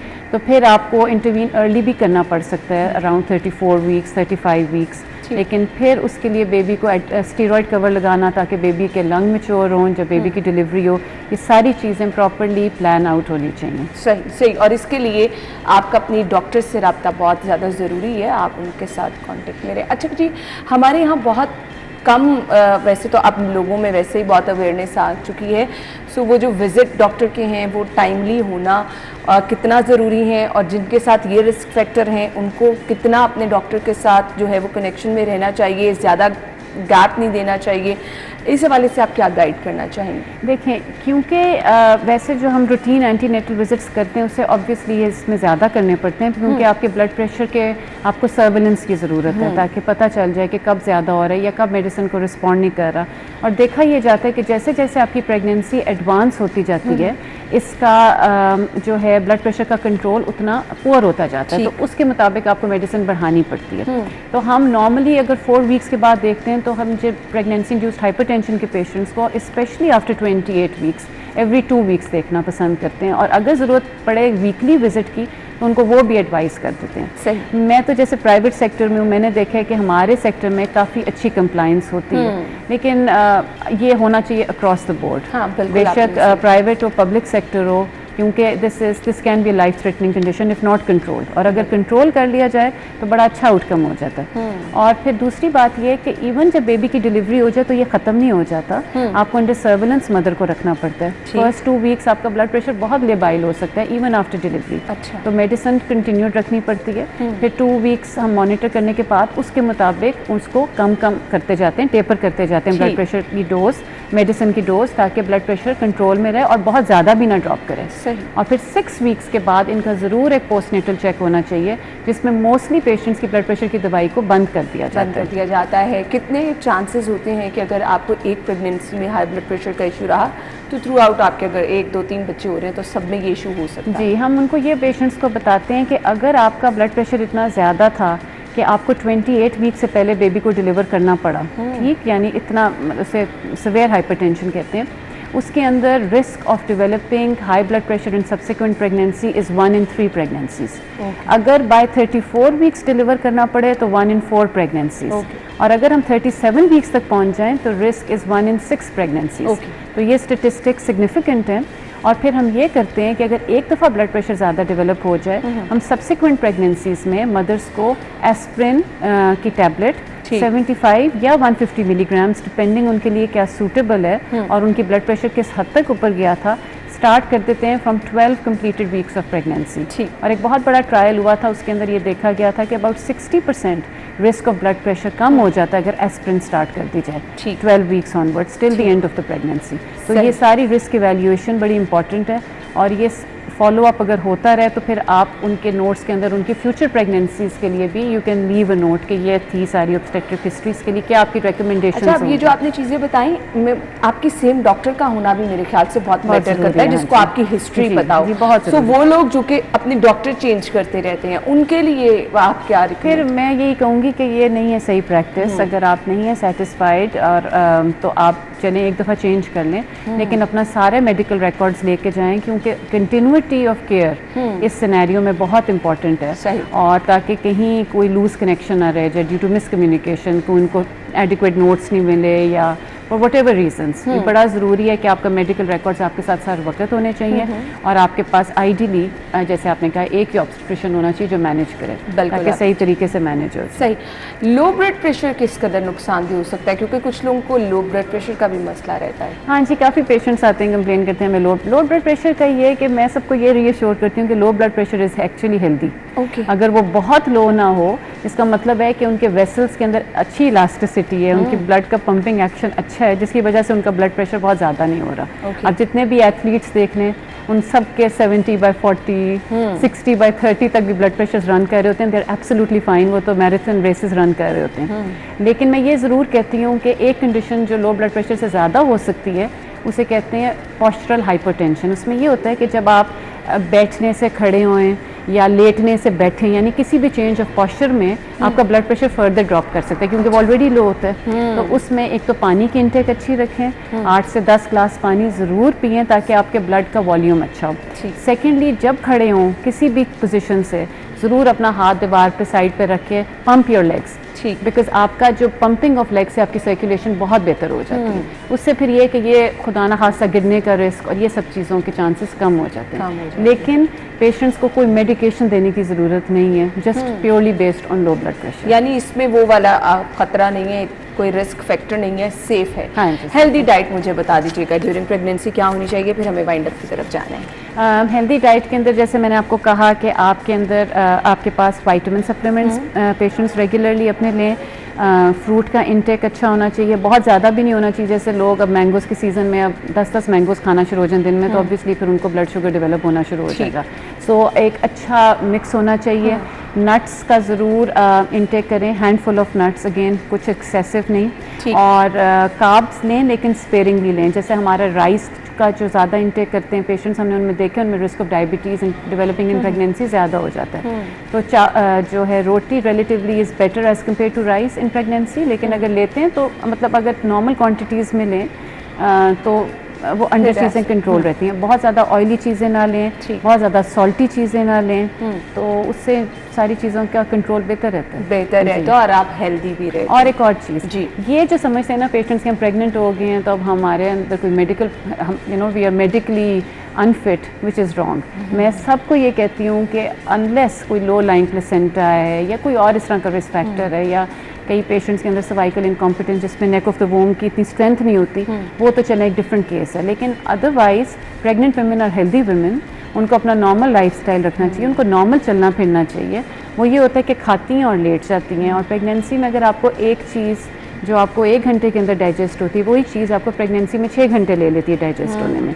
सो उनको ज़रूर खाने पीने के बाद थोड़ा बहुत चलना चाहिए, उसके बाद बैठना चाहिए, ताकि उनको हार्टबर्न भी कम हो और उनका हाजमा भी बेहतर हो। हाजमा भी बेहतर हो। सो ये गाइडलाइन है आप सब लोगों के लिए, इस पर आप अमल करेंगे तो इंशाल्लाह आपकी प्रेगनेंसी बहुत हेल्दी रहेगी और आपकी सेहत भी अच्छी रहेगी। Thank you so much doctor Hasina, बहुत बहुत शुक्रिया आपके टाइम के लिए। Thank you. नाज़रीन, हम आएंगे एक ब्रेक के बाद।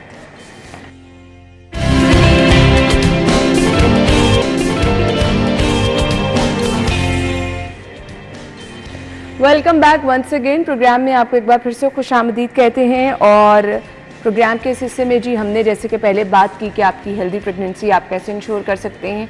हेल्दी की प्रेगनेंसी के लिए आपको अच्छी डाइट की भी बहुत ज़्यादा ज़रूरत होती है। तो डे फर्स्ट से और डे फर्स्ट से पहले भी अगर आप प्लान कर रहे हैं, सो उसके दौरान भी आपकी डाइट जो है वो क्या होनी चाहिए, कितनी मैटर करती है, ये सब चीज़ें हम डिस्कस करेंगे। हमारे साथ जी उम्मे फरवा मौजूद हैं जो कि हमारे ग़िज़ायात हैं, उनको वेलकम करेंगे। अस्सलाम वालेकुम जी, क्या हाल चल है आपका? अल्हम्दुलिल्लाह। थैंक यू सो मच, बहुत बहुत शुक्रिया। अच्छा जी, सबसे पहले हमने बात करनी है कि ड्यूरिंग प्रेगनेंसी क्या डाइट होती है, लेकिन उससे पहले भी क्या आपकी डाइट जो है वो आपको मेंटेन करना बहुत ज़रूरी है? उससे पहले वाली आपकी गाइडलाइंस क्या होनी चाहिए? इसमें ये कि जिस तरह this is very common in Pakistan specially, कि जब भी किसी लड़की की शादी का टाइम करीब आता है तो उस टाइम पे मेजॉरिटी जो फीमेल्स हैं वो क्रैश डाइट की तरफ चली जाती हैं, और वो बहुत सारी जो इंटरनेट पे फैट डाइट्स अवेलेबल हैं, या कोई भी अगर सोशल मीडिया इन्फ्लुएंसर है तो उसको फॉलो करते हुए वो डिफरेंट डाइटरी प्रैक्टिसेस जो है अपने तौर पर ही उन्हें अडॉप्ट करने की कोशिश करते हैं। एज अ रिजल्ट ये होता है कि जब भी आप किसी अनहेल्दी डाइट के थ्रू अपना वेट लॉस करेंगे, उसमें हो सकता है आपका वजन तो कम हो जाएगा टेम्परेरीली, लेकिन आपकी बॉडी के जो फैट लेवल्स हैं वो वहीं होंगे, आपका मसल लॉस हो सकता है, और मोस्ट इम्पॉर्टेंटली बॉडी मैल नरिश्ड हो जाती है।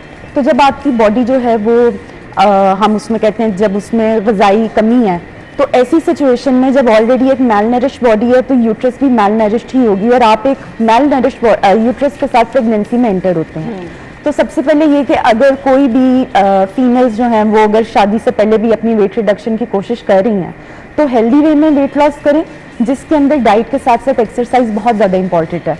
वो लोग जो ये चाहते हैं कि बिल्कुल ओवरनाइट एकदम से हमें रिजल्ट्स मिल जाएं, उस चक्कर में होता ही है कि आप अपनी बॉडी को बहुत से इंपॉर्टेंट न्यूट्रिएंट्स से डिप्राइव ऑफ कर रहे होते हैं, और एज अ रिजल्ट यही होता है कि आपके बॉडी पर उसके कोई असरात इतने अच्छे नहीं आते। हाँ, टेम्परेरीली है कि आपको ये नज़र आएगा कि हाँ वज़न बहुत जल्दी कम हो गया, लेकिन जैसे ही आप उस डाइट को स्टॉप करते हैं तो आप बहुत जल्दी वेट वापस पुट ऑन कर लेते हैं, तो वो इन द लॉन्गर रन भी सेफ नहीं रहता। प्लस ये कि जब आपने प्रेगनेंसी जो है वो प्लान करनी है तो प्री कंसेप्शन में जो हमारे कुछ वाइटामिन होते हैं, जिस तरह फॉलिक एसिड है, उसका इस्तेमाल ज़रूर करना चाहिए। आपको मेक श्योर करना चाहिए कि आपके आयरन लेवल जो है वो भी एडिक्वेट हैं, और इसके लिए इम्पॉर्टेंट होता है कि यहाँ पे एक ये भी प्रॉब्लम है कि हमारी बहुत सी जो फीमेल्स हैं वो इसको टैबू समझती हैं कि जब तक प्रेगनेंसी लिए हमने गायनोकोलॉजिस्ट पे क्यों जाना है। सो आपको रेगुलरली अपने चेकअप्स के लिए भी जाना चाहिए। प्लस अगर आप प्रेगनेंसी जो है उससे प्लान कर रहे हैं तो you should consult a gynaecologist and a nutritionist as well, so that वो आपको एक प्रॉपर जो है प्लान बताएं कि आपको कौन से जो है न्यूट्रिएंट्स वो ऑलरेडी डाइट में अपने शामिल करने चाहिए। प्रेगनेंसी के दौरान आपका क्या क्या चीज़ें आपकी डाइट का हिस्सा होनी चाहिए? प्रेगनेंसी का जो पहला ट्राइमेस्टर होता है, हमारे पहले 3 माह, उसके अंदर कोई एडिशनल कैलोरीज की ज़रूरत नहीं होती फीमेल को। यहाँ पे एक ये भी बहुत ज़्यादा आपने देखा होगा कि प्रेगनेंसी में लड़कियों को कहा जाता है आपने 2 लोगों का खाना खाना है, विच इज़ टोटली रॉन्ग। ऐसा बिल्कुल भी नहीं है। प्रेगनेंसी के पहले 3 माह में एडिशनल आयरन और फॉलिक एसिड की तो ज़रूरत होती है, और वैसे भी जिस टाइम पे प्रेगनेंसी होती है तो आपका जब पता चलता है तो 4 वीक्स तो ऑलमोस्ट गुजर चुके होते हैं, तो उस दौरान जो है लड़कियों को पता नहीं चलता, बट ये कि फॉलिक एसिड बहुत ज़रूरी है, क्योंकि बेबी का सबसे पहले जो है उसकी ब्रेन और स्पाइन डेवलपमेंट जो है वो होनी होती है। जिन बच्चों में फॉलिक एसिड, जिन माओं के अंदर उसकी कमी होती है, तो बच्चों के अंदर एक कंडीशन है स्पाइना बिफिडा, वो आ सकती है। इसलिए ज़रूरी होता है कि वो सप्लीमेंट ज़रूर लें, और प्रेगनेंसी के पहले 3 माह भी बहुत ज़्यादा इंपॉर्टेंट है कि सप्लीमेंट ही आपने कंटिन्यू रखना है। हाँ, 3 माह के बाद जो है फीमेल को एडिशनल कैलोरीज की ज़रूरत होती है, और वो हर फीमेल टू फीमेल वेरी स्टे करता है कि जो आपका प्रेगनेंसी से पहले वेट था और आपने उसको देखते हुए एक नॉर्मल जो वेट गेन पैटर्न है उसको कंटिन्यू रखना है। हर फीमेल की जो रिक्वायरमेंट है उसमें सेम नहीं होगी, लेकिन अगर हम एक ओवरऑल बात करें तो एक हेल्दी वेल बैलेंस डाइट जो है वो तो सभी प्रेग्नेंट वुमेन के लिए इंपॉर्टेंट है, प्रोवाइडेड कि उन्हें कोई और हेल्थ कंडीशन साथ में नहीं चल रही। जिस तरह समटाइम्स किसी फीमेल को जो है जेस्टेशनल डायबिटीज़ हो सकती है, ड्यूरिंग प्रेगनेंसी डायबिटीज़ डायग्नोस होगी, या अगर किसी को साथ में ब्लड प्रेशर का इशू चल रहा है, सो अकॉर्डिंगली उसमें डाइटरी चेंजेस होंगे। बट स्टिल हम ओवरऑल यही रिकमेंड करते हैं कि प्रोटीन इंटेक जो है वो बहुत अच्छा होना चाहिए। मेजॉरिटी फीमेल्स का प्रोटीन इंटेक बहुत कम होता है, वो पराठे वगैरह फैट तो ले रही होती हैं ज़्यादा अमाउंट में, लेकिन प्रोटीन इंटेक जो है वो एडिक्वेट नहीं होता। प्लस बहुत से फूड टैबूज हैं, बहुत सी सब्जियां, बहुत से फल, बहुत सी चीज़ें जो हैं यहाँ पे फीमेल्स ये सोच के खाना छोड़ देती हैं क्योंकि उन्हें कहा जाता है कि इसकी गर्म तासीर है या ठंडी तासीर है। And same goes for during breast feeding, कि एक माँ जो कि बच्चे को ब्रेस्ट फीड करवा रही है उसकी अपनी भी बॉडी की अभी जो रिक्वायरमेंट्स है वो हाई हैं, तो माँ को बहुत सी चीज़ें जो है मना की जाती हैं, जिस तरह कहेंगे दूध का इस्तेमाल ना करो, दही का इस्तेमाल ना करो, बच्चे को रेशा हो जाएगा, जबकि ऐसा नहीं होता। सही। अब मुझे ये बता दीजिएगा कि हम हेल्दी डाइट की जिसमें बात कर रहे हैं उसमें नट्स भी शामिल हैं, उसमें फ्रूट्स भी शामिल हैं, उसमें फिर आपके जूसेस भी शामिल हैं, और प्रेफर क्या करना चाहिए, फ्रूट या जूस? फ्रूट्स, क्योंकि प्रेगनेंसी में it is very common to experience constipation, और जब हम जूसेस ज़्यादा लेते हैं तो उसमें यही है कि वो सिंपल शुगर्स होती हैं। अगर तो कोई मदर है वो अंडरवेट थी, उसका प्री प्रेगनेंसी जो थी शी वाज ऑलरेडी अंडरवेट, उसको वेट पुट ऑन करना है, तो उस सिचुएशन में तो हम जूस रिकमेंड कर सकते हैं। अदरवाइज हम रिकमेंड इसलिए नहीं करते क्योंकि आपके एक तो ड्यूरिंग प्रेगनेंसी बहुत सी फीमेल्स जो होती हैं उनमें भी ये होता है कि उनके जो काउंटर रेगुलेटरी हार्मोन्स हैं, जो उनके प्रेगनेंसी प्लेसेंटा के हार्मोन्स होते हैं वो काउंटर रेगुलेटरी हार्मोन्स के तौर पे काम करने लग जाते हैं, तो उनके शुगर लेवल्स बढ़ जाते हैं, उन्हें डायबिटीज़ जो है वो ड्यूरिंग प्रेगनेंसी हो जाती है, जो कि प्रेगनेंसी के बाद ख़त्म भी हो जाती है। लेकिन हम यही उन्हें रिकमेंड करते हैं कि प्रेगनेंसी में बहुत ज़्यादा वजन नहीं पुट ऑन करना, ये सारी फीमेल्स के लिए है, तो उसके लिए ये इंपॉर्टेंट है कि जूसेस का बहुत इस्तेमाल ना करें, लेकिन आपका एक वेल बैलेंस डाइट प्लान होना चाहिए। जिस तरह ब्रेकफास्ट में जो है आप लीन प्रोटीन अपना लें, आप चिकन कबाब ले सकते हैं, आप फिश ले सकते हैं, आप एग्स ले सकते हैं, लेकिन एग्स के लिए भी यही रिकमेंडेशन होगी कि हफ्ते में 3 से 4 दफ़ा से ज़्यादा आप अंडे की ज़र्दी का इस्तेमाल ना करें, स्पेशली उन फीमेल्स के लिए जिन्हें प्रेगनेंसी में हाई ब्लड प्रेशर का इशू हो जाता है। साथ में आपकी जो जब सुबह आपने ब्रेकफास्ट किया तो उसके तकरीबन 3 घंटे बाद वो स्नैक के तौर पर फल का इस्तेमाल कर सकती हैं। फल के अलावा वो बीन सैलेड इस्तेमाल कर सकती हैं, सब्जियां भी वैसे खा सकती हैं। लंच और डिनर में उन्हें मेक श्योर करना चाहिए कि अगर एक टाइम पे वो प्रोटीन का सोर्स ले रही हैं, जिसमें मुर्गी का गोश्त हो सकता है, मटन हो सकता है, बीफ हो सकता है, तो दूसरा जो उनका मील है उसको वो इस तरह से बैलेंस करें कि उसमें वो दालियाँ सब्जी का इस्तेमाल ज़रूर करें। ठीक हो गया। इसके अलावा मुझे ये बता दीजिएगा कि बहुत ज़्यादा मीठा खाने से जो वेट बढ़ता है उसको कैसे हमने मीठे को रिप्लेस कैसे करना है? जिन लोगों को मीठे की क्रेविंग होती है उन लोगों मैग्नीशियम से, वो लोग जिन्हें बहुत ज़्यादा शुगर क्रेविंग्स होती हैं, यूजुअली उनके अंदर एक मिनरल है मैग्नीशियम, उसकी कमी होती है। तो अगर आपकी डाइट वैसे ही बैलेंस्ड है, आप अगर बैलेंस डाइट ले रहे हैं जिसके अंदर आपके सारे न्यूट्रिएंट्स मौजूद हैं, इसीलिए हम कहते हैं सारे फूड ग्रुप ज़रूरी हैं। आपने ग्रेन्स भी खाने हैं, आपने मुकम्मल तौर पे रोटी चावल जो है उसको अपनी डाइट से कम्प्लीटली नहीं निकालना। आपकी डाइट में गोश्त का इस्तेमाल भी होना चाहिए, फलों का भी होना चाहिए, सब्जियों का भी और नट्स का भी। नट्स के अंदर मेनली मैग्नीशियम मौजूद होता है। तो अगर बहुत ज़्यादा किसी को शुगर क्रेविंग्स है तो अगर वो हैंडफुल ऑफ नट्स डेली अपनी डाइट में साथ लेते हैं तो उससे भी शुगर क्रेविंग्स जो है काफ़ी हद तक वो कंट्रोल हो जाती हैं। सही। इसके अलावा मुझे ये बता दें जो चीज़ें वेट बहुत ज़्यादा बढ़ा देती हैं ड्यूरिंग प्रेगनेंसी, उनको हम कैसे रिड्यूस कर सकते हैं और उनमें कौन कौन सी चीज़ें शामिल? उसमें मेनली तो ये होता है कि बहुत सी जिस तरह मदर्स जो हैं वो शुगर क्रेविंग्स उन्हें हो रही होती हैं, या कोई और भी क्रेविंग, ज़रूरी नहीं शुगर क्रेविंग ही हो, बट उसमें यही है कि एक तो लैक ऑफ फिजिकल एक्टिविटी बहुत कॉमन है। प्रेगनेंसी को कुछ खवातीन ये समझती हैं कि ये कोई बीमारी है और इसमें जो है वो बिल्कुल हमने बेड रेस्ट पे चले जाना है। आप अपनी एक नॉर्मल जो लाइफ रूटीन है आप उसको कंटिन्यू रख सकते हैं प्रेगनेंसी में, अनलेस और अनटिल आपके डॉक्टर ने आपको रेस्ट ना बोला ड्यू टू सम कॉम्प्लिकेशंस। तो अगर आप उसमें फिजिकली एक्टिव भी रह रहे हैं और अगर आप अपनी डाइट भी कंट्रोल करते हुए इस तरह से ले रहे हैं कि आप अपने डेली 5 to 6 मील्स ले रहे हैं, छोटे मील्स करते हुए, तो उस दौरान आपका फिर वजन जो है एक्सेसिव वेट पुट ऑन नहीं होगा। लेकिन जब आप बहुत ज़्यादा बिस्किट्स, जंक फूड, अपनी जो क्रेविंग्स है उसको कर्ब करने के लिए, फिर कुछ फीमेल्स जो है वैसे ही बहुत ज़्यादा टायर्डनेस फील करती हैं, तो अगर ऐसी सिचुएशन में आपकी अनहेल्दी डाइटरी प्रैक्टिसेस हैं और आपका लाइफस्टाइल भी बिल्कुल सेडेंटरी है तो डेफिनेटली उसमें एक्सेसिव वेट पुट ऑन हो सकता है। अगेन जिनको ज़्यादा भूख लगती है उनको तो हमने डिस्कस कर लिया, जिनसे बिल्कुल कुछ नहीं खाया जाता उनके लिए क्या बेस्ट ऑप्शन है खाने में? जिनसे बिल्कुल कुछ नहीं खाया जाता वो यूजुअली वो वाले हमारे पेशेंट्स होते हैं जिनको बहुत ज़्यादा नोजिया वॉमिटिंग रह रहा होता है। तो उसमें ये कि नोजिया वॉमिटिंग की मेडिसिन जो है आप अपने गायनोकोलॉजिस्ट से कंसल्ट करके वो ले सकते हैं, उससे काफ़ी कंट्रोल हो जाता है।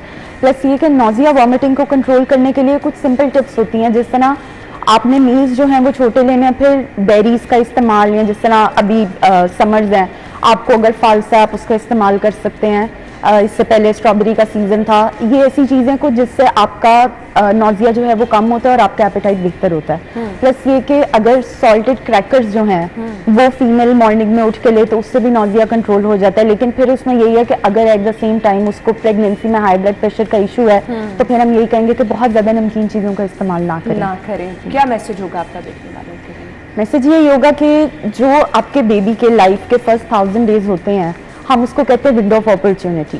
तो जो बच्चे की ज़िंदगी के पहले 1000 दिन है, प्रेगनेंसी से लेके जब माँ ने उसको कंसीव किया यूट्रस के अंदर से, तब से लेके उसके 2 साल की उम्र तक, उस दौरान बच्चे की न्यूट्रिशन बहुत ज़्यादा इंपॉर्टेंट है, क्योंकि वही इस चीज़ का तयन करेगी कि उसकी आगे जाके ग्रोथ कैसी होगी। अगर इस दौरान कोई भी हमसे जो है वो बच्चे की डाइट में डेफिशिएंसीज रह जाती हैं तो फिर वो एक लाइफ लॉन्ग जो है हमारा लॉस होता है, जिसको हम कभी रिपेयर नहीं कर सकते। जिस तरह स्टंटेड ग्रोथ, बच्चे की जो हाइट है वो छोटी रह सकती है। तो ये मेक श्योर करना चाहिए कि जो बच्चे की फर्स्ट 1000 डेज हैं लाइफ के, तब जब वो माँ के पेट के अंदर था तब से लेके 2 साल की उम्र तक हमने ये मेक श्योर करना है कि हम उसको बहुत अच्छी डाइट दें जिसके अंदर प्रोटीन, कार्ब्स, फैट्स, हर चीज़ बैलेंस फॉर्म में बच्चे को जानी चाहिए और उसकी एनर्जी रिक्वायरमेंट्स के अकॉर्डिंग जानी चाहिए, so that in the longer run आपका जो बच्चा है वो अच्छी ग्रोथ जो है उसे अचीव कर सके। सही। सो ये सब चीज़ें जिनका आपने ख्याल रखना। थैंक यू सो मच फरवा, बहुत बहुत शुक्रिया आपके वक्त के लिए। नाज़रीन हम आपको ज्वाइन करेंगे ब्रेक के बाद।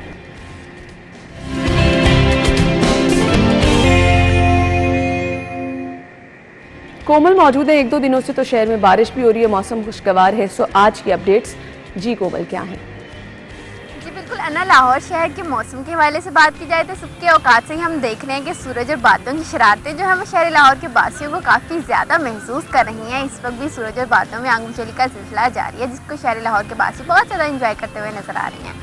और मौसम के साथ साथ मैं आपको ये भी बताती चलूँ कि हवाओं का सिलसिला भी जारी है, जो कि काफ़ी ताज़गी बख्श रहा है। और सूरज पर कोशिश थोड़ी सी कर रहा है कि वो थोड़ी सी तपिश दिखा सके, लेकिन बादलों का जो सिलसिला है वो लाहौर शहर में सूरज की इस कोशिश को नाकाम बनाते हुए भी नज़र आ रहा है। टेम्परेचर के हवाले से बात की जाए तो मौजूदा दर्जा हरारत जो है वो इस वक्त 27 डिग्री सेंटीग्रेड रिकॉर्ड किया जा रहा है, जो कि 12 बजे 28 रिकॉर्ड किया जाएगा और 1 बजे जो है वो 29 रिकॉर्ड किया जाएगा। 2 बजे तक टेम्परेचर जो है वो साकिन रहेगा, यानी कि 29 ही रहेगा। और उसके बाद जो है वो टेम्परेचर में फिर 2 बजे के बाद 3 बजे जो है वो 30 रिकॉर्ड किया जाएगा और 30 के बाद जो है वो हम देखेंगे कि 3-4 बजे के करीब जो है वो तकरीबन 31 रिकॉर्ड किया जाएगा। उसके बाद जो है टेम्परेचर में आस्ता आस्ता कमी आना शुरू हो जाएगी ना। ये जून के महीने में इस तरह का मौसम शहरियों के लिए जो है वो किसी नेमत से कम नहीं है कि आप जून के महीने में मार्च वाले मज़े जो है वो ले रहे हैं। तो इस तरह जो है वह शहर लाहौर के बासियों के हवाले से भी महकमा मौसमियात ने ये बताया है कि अब मौसम ने जितनी तब्दीलियाँ और जितनी जो है वो एक मुनफरिद हवाएं जो शहर लाहौर के बासियों को बख्शनी थी वो तो बख्शती हैं, लेकिन अब जो है टेम्परेचर में आहिस्ता आहिस्ता इजाफा रिकॉर्ड किया जाएगा और आइंदा 15 रोज़ शहर लाहौर में खूब गर्मी पड़ने वाली है। तो शहर लाहौर के बासी जो है बहुत सारा ख्याल रखें, क्योंकि जैसे ही गर्मी की शिद्दत देखने में नज़र आती है तो शहरों का डिहाइड्रेशन का मसला हो जाता है। तो उसके लिए जो है शहरों को बहुत सी एहतियात बरतने के हवाले से ताकीद भी की जा रही है।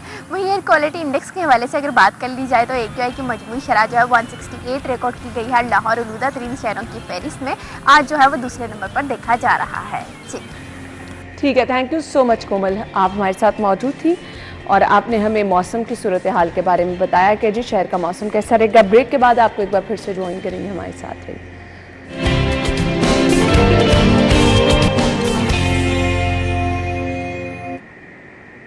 मायदा की तरफ चलेंगे जो कि हमें आज की रेट लिस्ट बता रही हैं। Over to you मायदा।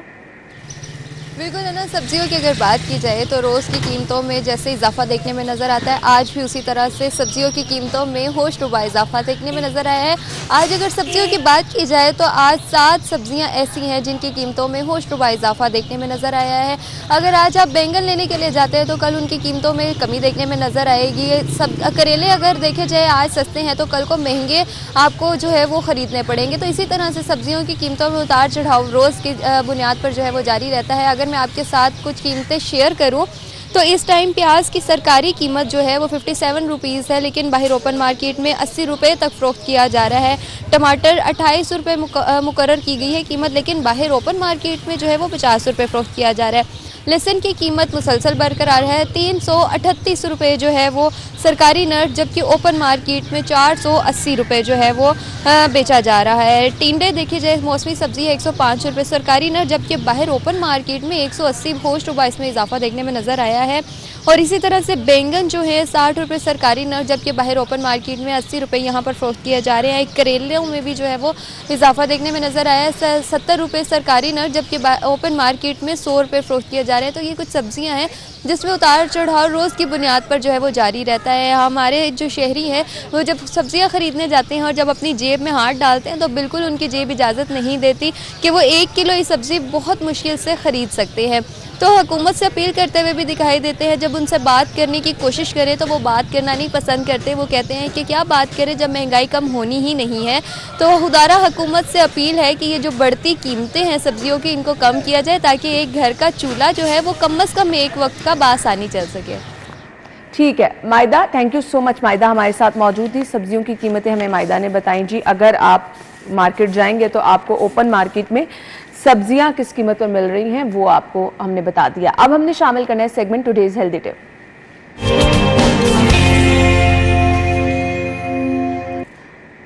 सो नाज़रीन, आज की हेल्दी टिप में हमें जुहेब ज्वाइन कर रहे हैं। आज की एक्सरसाइज हमें बताएंगे। Over to you. अस्सलाम वालेकुम guys, this is Zuhaib Bukhari. I am internationally certified fitness trainer. मेरे साथ है आज Arsalan, he is also a certified fitness trainer, और हम दोनों मिलके आज हम आपको बताएंगे हाइपरट्रॉफी कैसे करनी है आर्म्स की। वो लोग जो लड़के चाहते हैं कि उनका बाइसेप ग्रो करे, मसल बड़े हो जाएं, तो जिम में जाके एक्सरसाइज करें, लेकिन उनको वे आउट नहीं समझ आ रहा है कि यार एंगल उनका ठीक है कि नहीं ठीक है, एक्सरसाइज ठीक करें कि नहीं करें। हम आपको प्रॉपर टेक्निक के साथ बताएंगे कैसे आपने एक्सरसाइज करनी है। हम जस्ट 3 एक्सरसाइज को आज बताएंगे बाइसेप्स की, जिसको आपने फॉलो करना, इंशाल्लाह आपको रिजल्ट आएगा। सबसे पहले हमेशा की तरह हम वार्म अप से स्टार्ट करेंगे। Okay Arsalan, with jumping jacks. Warm up से पहले करेंगे start with jumping jacks. 1 2 3 go. Jumping jack for 10 second. 10 9 8 7 6 5 4 3 2 and 1. Okay Arslan, high knees for 10 seconds. 10 9, perfect boy. 8 7 6 5 4 3 2 and 1. Okay, back kick. Shabash. 10 9 8 7 6, perfect boy. 5 4 3 2 and 1. Okay, exercise पे आते हैं। Start करते हैं with simple bicep curls. Alternate करेंगे, 1 bye 1 करेंगे। थोड़ा side में जाके उनको इस तरफ से आप आए। शाबाश, गुड। ओके, वेरी गुड, शाबाश। अब जब भी आपने वेट उठाना है वापस भी कोशिश करनी है, टुवर्ड्स द ग्रेविटी स्लो हो जाए, जैसे स्लान जा रहे हैं। वेरी गुड बॉय, शाबाश, एक्सीलेंट। 10 रैप्स ईच साइड करेंगे। This is for biceps. And make it sure weight हमेशा वो यूज़ करें जो चैलेंजिंग हो। ऐसा वेट जो आपको चैलेंज नहीं कर रहा उसमें आपकी हाइपरट्रॉफी नहीं होगी। शाबाश, excellent boy. 2 reps more to go. 1 more, excellent, ठीक है। हाइपरट्रॉफी का पहला रूल कि आपने मसल को रिकवरी का पूरा टाइम देना है। रिकमेंडेड टाइम 45 सेकंड है, लेकिन अगर आपकी बॉडी जल्दी रिकवर हो सके तो आप कर सकते हो। Can we do again? Okay, start again. क्योंकि वहाँ पर टाइम कम है तो हमने 45 सेकंड का वेट नहीं कर सकते, तो हमने आपको एक्सरसाइज कंप्लीट करवानी है। शाबाश, परफेक्ट बॉय, एक्सीलेंट अरसलान, शाबाश, वेरी गुड, ठीक है। टुवर्ड्स द ग्रेविटी आप देख रहे होंगे, हर रैप टुवर्ड्स द ग्रेविटी जब जा रहा है, टुवर्ड्स मतलब नीचे की तरफ जब भी रैप जा रहा है तो स्लो कर रहे हैं, रेजिस्टेंस क्रिएट किया जा रहा है ज़्यादा। 2 रैप्स मोर, 1 and 2, शाबाश, गुड, ओके।